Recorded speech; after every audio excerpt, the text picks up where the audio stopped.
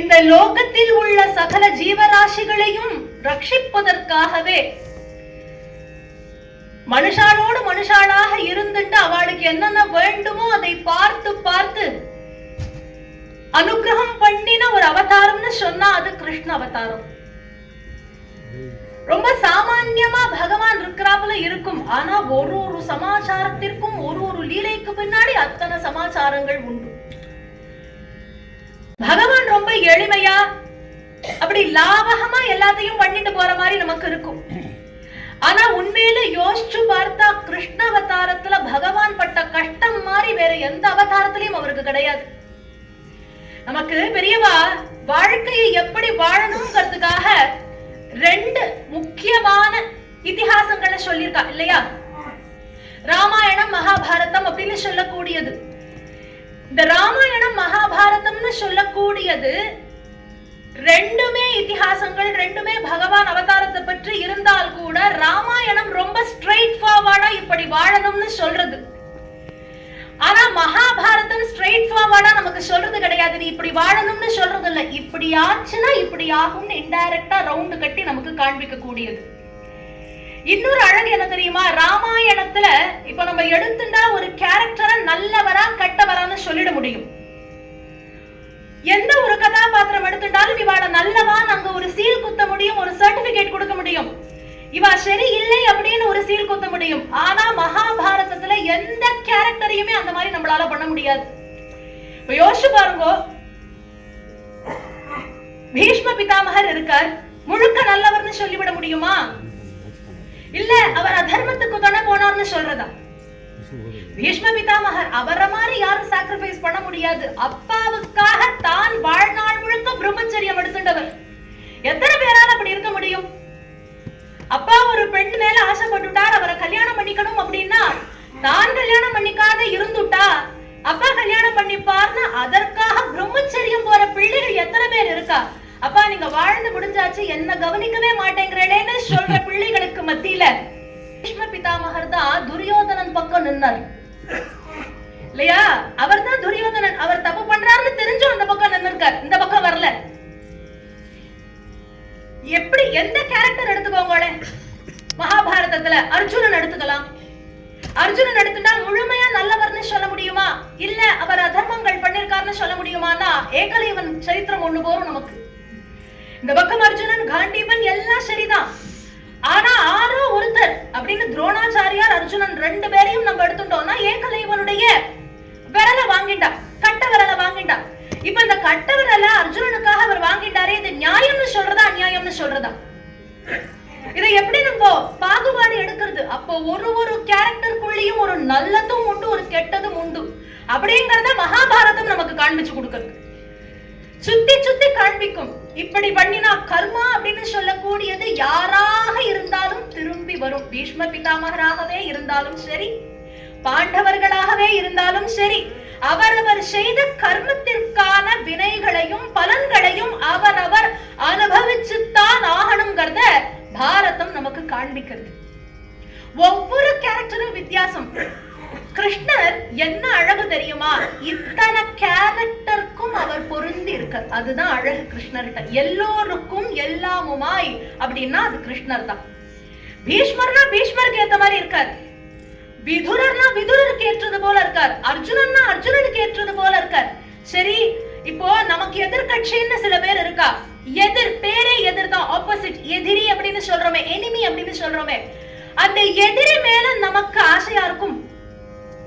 அவளை கண்டாலே பிடிக்காது தானே, அவளை பார்த்தாலே நமக்கு வெறுப்பு தானே ஏற்படும். எனக்கு எதிரி, எனக்கு ஆப்போசிட், அதனால எனக்கு அவளை கண்டாலே ஆகாது அப்படின்னு தானே சொல்லுவோம். ஆனா கிருஷ்ணனுக்கு துரியோதனன் மேல கூட வெறுப்பு வரலையே.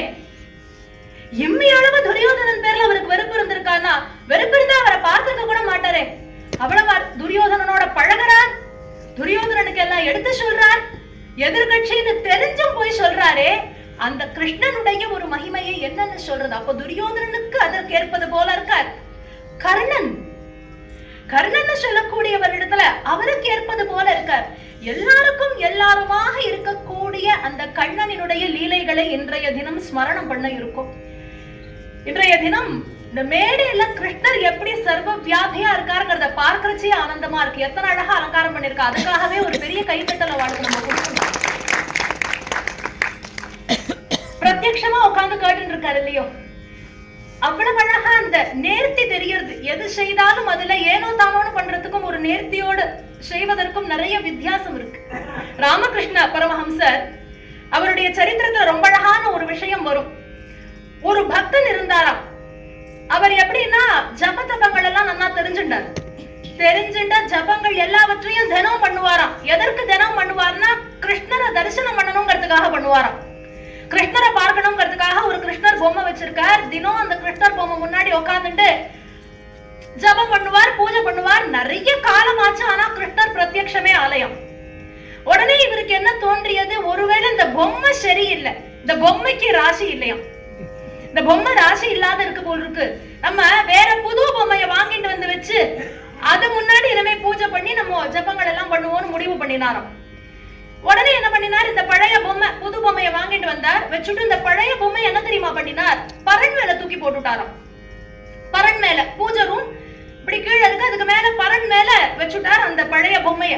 இப்ப என்ன ஆகுது, பூஜை பண்றார். பூஜை பண்றச்ச முன்னாடி நைவேத்தியத்தை கொண்டு வந்து வைக்கிறார். நன்னா சுட சுட சுட சக்கரை பொங்கலை கொண்டு வந்து வச்சாராம். இந்த சக்கரை பொங்கல் ஆவி பறக்க இருக்கு. அப்படி கொண்டு வந்து கிருஷ்ணருக்கு நிவேதியம் சமர்ப்பயாமின்னு கொண்டு வந்து வைக்கிறார் நிவேதனத்தை. அது என்ன ஆகுது, அந்த ஆவி கீழே கிளம்பி மேல போறது. கிருஷ்ணர் பொம்மை இப்படி இருக்கு, இப்படி அந்த ஆவி போகாதிக்கு அந்த ஆவி இப்படி போறதாம். அவனுக்கு என்ன தோன்றியது, நான் இந்த பொம்மைக்கு வச்சா அந்த மேல இருக்கிற பொம்மைக்கு என்ன கொழுப்பு இருந்தா இங்கேந்து முகர்ந்து தான் எடுத்துக் கொள்கிறான் எல்லாவற்றையும். சும்மா விடமாட்டேன், உன்னை என்ன பண்றேன் பாரு அப்படின்னு அந்த பொம்மை எடுத்தாராம். பழைய பொம்மை எடுத்து ஒரு வேஷ்டி துணியை எடுத்து இறுக்கி அந்த மூக்க கட்டினாராம். மூக்கு இருந்தா தானே மோகந்து பார்ப்ப, மூக்கு இருந்தா தானே நீ மூக்கால எல்லாத்தையும் சாப்பிடுவ, உனக்கு ஒண்ணும் கிடையாது அப்படின்னு அந்த மூக்கை இறுக்கி கட்டினாரே பார்க்கணும். பகவான் பிரத்யக்ஷம் ஆயிட்டாராம். பகவான் பிரத்யக்ஷமானார். உடனே இவர் பார்த்துட்டு, ஏன்பா உன்னை இறுக்கி கட்டிருக்க, எப்படி நீ பிரத்யக்ஷமான, மூச்சு முட்டி எடுத்தார். இல்ல இல்ல, இத்தனை காலம் நீ நைவேத்தியம் பண்ணும் பொழுது நான் இருக்கேன்னு நம்பல, ஆனா இன்னைக்கு நான் இருக்கேன்னு நம்பின பத்தியா, நம்பிய மூக்க பொத்தின பத்தியா, அதனால நான் உன் முன்னாடி வந்துட்டேன். இந்த மாதிரி பகவான் எப்பேற்பட்டவர் அப்படிங்கறத சரித்திரங்கள் பலவிதமாக நமக்கு சொல்கின்றது. அப்படி இருக்கக்கூடிய அந்த கண்ணனுடைய லீலைகளை தான் இன்றைய தினம் நம்ம அனுபவிக்க இருக்கின்றோம். சர்வ வியாபியாக இருக்கக்கூடிய பகவான் இந்த கீர்த்தனம் ஆரம்பிச்சது ஊத்துக்காடு வெங்கட சுப்பையர். ஞானிகளுக்கு நன்றாக தெரியும் காலம் போற போக்கு எப்படி இருக்கும் அப்படிங்கறதெல்லாம். அதனாலதான் அவர் எடுத்த உடனே ஒரே போடு போட்டார். யார் என்ன சொன்னாலும் மஞ்சாதே நெஞ்சமேன்னு விட்டார். சொல்றவா வரத்தான் போறா, வந்துட்டே தான் இருக்க போறா. கிருஷ்ணர் காலத்திலேயே சொன்னவா உண்டே, நம்ம இப்ப சொல்றத பத்தி எதுக்கு யோசிக்கணும்? பகவான் இருந்த காலத்திலேயே சொன்னதெல்லாம் உண்டு. ஆனா அதை பத்தியெல்லாம் யாரும் கவலைப்பட வேண்டாம். அவருடைய நாமத்தை சொல்லுங்கள், எப்பொழுதும் கண்ணனுடைய நாமத்தை சொல்லுங்கள்னு நிறைய சரித்திரங்களை அடுக்கிண்டே வரார் சரணத்துல. அதுல முதல்ல எடுத்த உடனே தோலை அறிந்து கனி தூர எரிந்து வெறும் தோலை துணிந்தொருவன் தந்தான் அல்லவோங்கிறார். முதல்ல சொன்ன மாதிரி விதுரர் அப்படின்னு சொல்லக்கூடியவர். மகாபாரதத்துல ஒவ்வொரு கேரக்டரும் ஒரு ஒரு விதம். விதுரர் அப்படின்னு சொல்லக்கூடியவரை எங்க சேர்த்துக்கிறது, திரும்ப மகா ஞானி, எல்லாருக்கும் தெரியும். ரொம்ப பெக்யூலியரான ஒரு character, at the same time nice gentleman சொல்ற மாதிரி. ரொம்ப நைஸ் ஜென்டில்மன் இல்லையா? விதுரர் இடத்துல ஒரு அப்பழுக்கு சொல்லிவிட முடியாதே. வியாச பாரதம் சரி, வில்லி பாரதத்திலையும் இல்ல. ஆனா அநேகமான சில பாரதங்கள் நம்ம கேட்டு கேட்டு வருது உண்டு. கர்ணாவரண செய்தின்னு சொல்லுவோம். அதெல்லாம் காது வழியே வரக்கூடியது, அப்படியே கர்ண பரம்பரைன்னு சொல்லுவோம். அதுல மகாபாரதத்துல ஒரு இடம் ரொம்ப அழகா சொல்வாளாம். கிருஷ்ணர் தூதுக்கு வராரு இல்லையா? கிருஷ்ணர் தூதுக்கு வரும் பொழுது இது வியாச பாரதத்துல இருக்கு. திருதராஷ்டிரர் விதுரரை கூப்பிட்டு சொல்றாராம், விதுரா நீ என்ன பண்ணு, கிருஷ்ணன் வந்தா கிருஷ்ணனை துச்சாதனனுடைய மாளிகை கழிச்சுட்டு போய் தங்க வைங்கிறாராம். துரியோதனன் மாளிகைக்கு இல்ல, துச்சாதனன் மாளிகையில போய் உட்காத்தி வைங்கிறார்.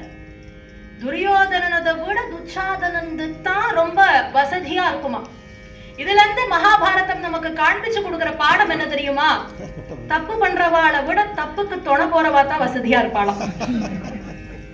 அவளுக்கு தான் வசதிகள் நிறைய இருக்குமா. ஏன்னா இந்த தப்பு பண்ணவா அவ காமிச்சு கொடுத்துட கூடாதேங்கிறதுக்காகவே அவளை நன்னா வச்சுட்டு இருப்பா.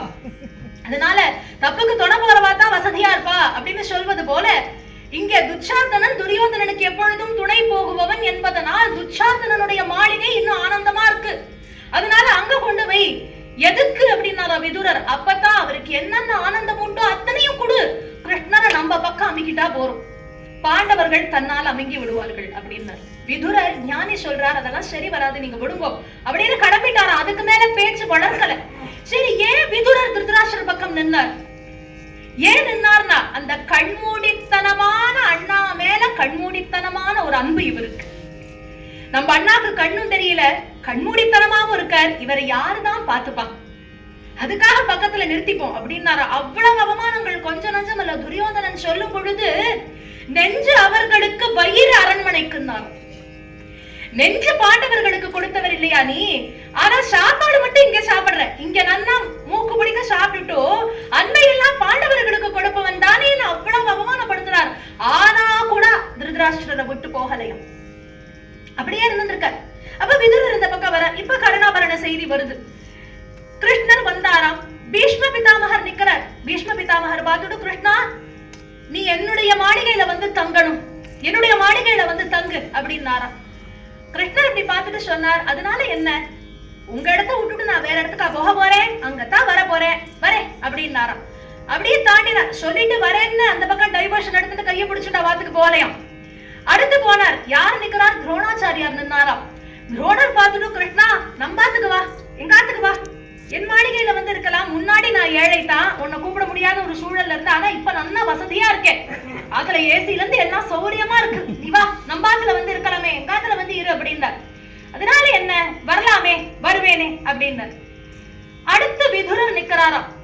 விதுரர் கிட்ட வந்த உடனே இப்படி பார்த்தார். அவர் எதுவும் சொல்லல. விதுரரை பார்த்துட்டு அந்த பக்கம் காட்டுல ஒரு சின்ன வீடு இருந்ததாம். பார்த்தாலே தெரியாது, ஓட்டையும் பொத்தலும் அப்படி இருக்கு அந்த வீடு. இப்படி பார்த்துட்டு, விதுரா அது யாரோட வீடு அப்படின்னு கேட்டாராம். அது யாருடைய இல்லம் அப்படின்னார். விதுரர் சொன்னாராம், அது உன்னுடைய இல்லம் கிருஷ்ணா, அது உன்னுடைய இல்லம் அப்படின்னார். எது? விதுரரோட வீடு. அப்போ கிருஷ்ணர் சொல்றாரா, ஹஸ்தினாபுரத்துல எனக்கு குண்டூசிக்கு கூட இடம் இல்லை என்று நினைத்த பொழுது எனக்கென்று ஒரு வீடையே அடித்தாயே விதுரா, நான் அங்கதான் வரப்போறேன். பீஷ்மரையும் துரோணரையும் பார்த்து சொல்லிட்டு, எனக்கு நீங்க ஒரு ஆம் இருக்கிறச்ச நான் எதுக்கு உங்காத்துக்கு வரணும், நான் எங்காத்துக்கு போறேன்னு கிளம்பினார். விதுரருடைய கிரகத்துக்கு போறார். விதுரர் என்ன பண்ணினார்? அவர்கிட்ட என்ன இருந்தது? ஏழை தானே, தோலை அறிந்து ஒண்ணும் பெருசா இல்லையா, பயத்தங்கஞ்சி இருந்தது, பழங்கள் இருந்தது, வாழைப்பழம் இருந்தது. இந்த பயத்தங்கஞ்சி எடுத்துட்டு வந்து இலையில போடுறார். யோசிச்சு பாருங்க, அதுவும் விதுரர் வீடு எப்படி இருக்கும் தெரியுமோ, மேடும் பள்ளமும் எப்படி என்னன்னே சொல்ல முடியாது, அவ்வளவு மேடும் பள்ளமா இருக்குமா தர. ஆனா வில்லிபுத்தூரார் இங்கேயும் அழகா சொல்றார், விதுரரோட வீடு என்னவா இருந்திருக்க முடியும் கிருஷ்ணா, ஒருவேளை அது ஆளிலையோ, 4 வேதங்களோ, பாம்பு படுக்கையோ, அல்லே உன் பாதம் படுமோ அங்கு. அது என்ன 4 வேதங்களா, இல்ல ஆளிலையோ, இல்லையா ஆதிசேஷன் மேல படுத்துட்டு இருக்கியா, அந்த ஆதிசேஷனா, இல்லன்னா உன் பாதம் எப்படி அங்க படும், விதுரர் கிரகத்துல எப்படி படும் அப்படின்னு வில்லிபுத்தூரார் ஆச்சரியப்பட்டு போறாராம். இவர் தொன்ன கிண்ண வச்சுட்டு அழகா கொடுத்தா பரவாயில்ல, இலையில பயத்தங்கஞ்சிய போட்டா அது இப்படி விட்டா இந்த பக்கம் போறதுன்னு நினைச்சுட்டு கிருஷ்ணர் அள்ளினா அந்த பக்கம் போறதான், அந்த பக்கம் போறதேன்னு அள்ளினா இந்த பக்கம் வருதான். அந்த மேடும் பள்ளத்திலையும் முடியாம பயத்தங்கஞ்சிய இலையில எப்படி சாப்பிடுறதுங்கிற டெக்னிக் கிருஷ்ணனுக்கு கூட தெரியல. பாவம், கடைசியில என்ன பண்ணாரா, ஒரு மாதிரியா சேர்த்து தொன்ன மாதிரி கட்டி அப்படி குடிச்சாராம். அதுக்கப்புறம் பழத்தை கொடுக்கிறார்.